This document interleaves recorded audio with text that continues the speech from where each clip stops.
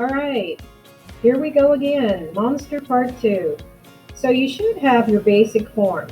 I found out when I started adding the mouth that it was too high because I was looking at my design. It's important to have your design in front of you to help guide you with what you are creating. So I took a pencil and I drew it, kind of sketched it on the clay. You can sketch in clay at any time. And I drew the little tooth mark that's going there. And what I'm going to do is I'm going to add on clay. Anytime you add on clay, you need to score and slip. So you can see there that I've added the form. I just rolled it out with a pony roller and cut it out of clay. And now I'm working the clay into the surface. Some of you had trouble with this with your handles because you didn't get the clay really worked around the edges. So make sure when you're adding anything on that you really work it in. So I used the coil gun to get my first coil or the line for the mouth. I want the lower lip to look like it is over the little tongue or the tooth. I think it's going to be a tooth when I finish.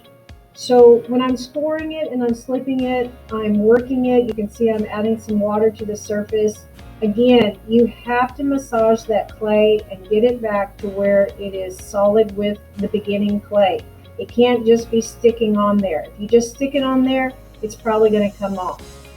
So I'm using a wooden tool and I'm using a clay brush with water to start making it more 3D. Remember that for it to be more 3D, there has to be a surface that's sticking out.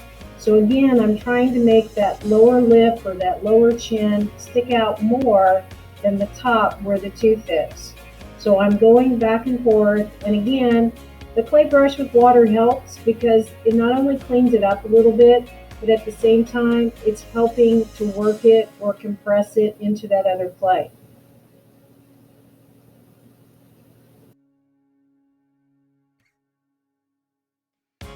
Okay, I'm starting to add on the eye now.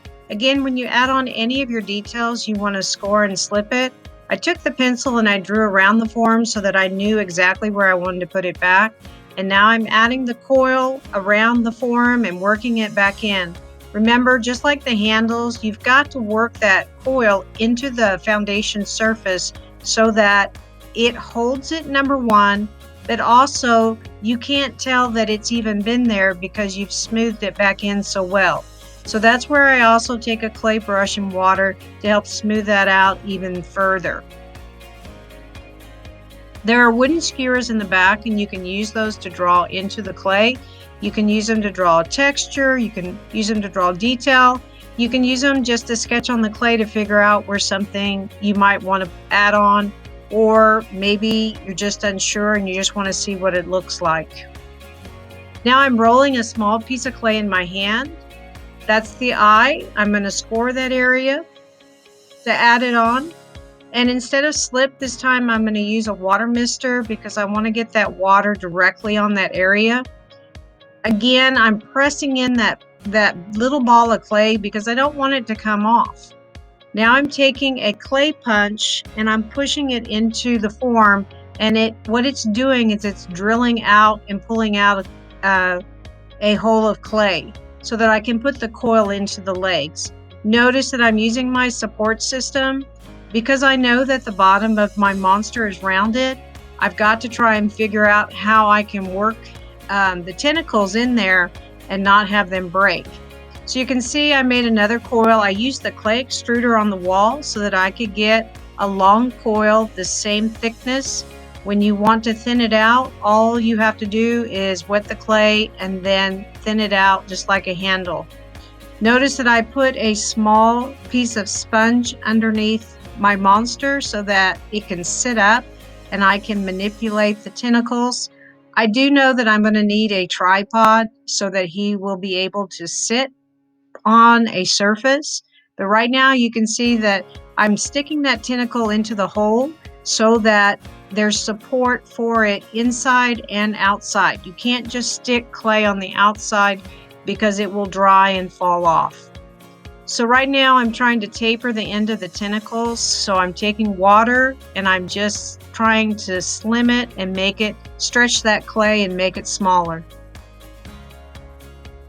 So I'm trying to figure out where the back tentacle is going to go. I'm trying to see if it will hold with 3. While the back one is working as a support, I'm putting a coil around that second tentacle and I'm going to work it around the whole surface. Now, I have to let this dry some before I can pick it up, but I'm working the top and working it around as far as I can, and then I'll let it sit for a few minutes and then I'll come back and work on it some more. And as you can see, mine is starting to dry now. I added the butterfly on top because the flat surface on top to me seemed like it needed an additional compositional element, and so I added the butterfly on top. Have fun with your monster. Try some new things. If it doesn't work, then try it again.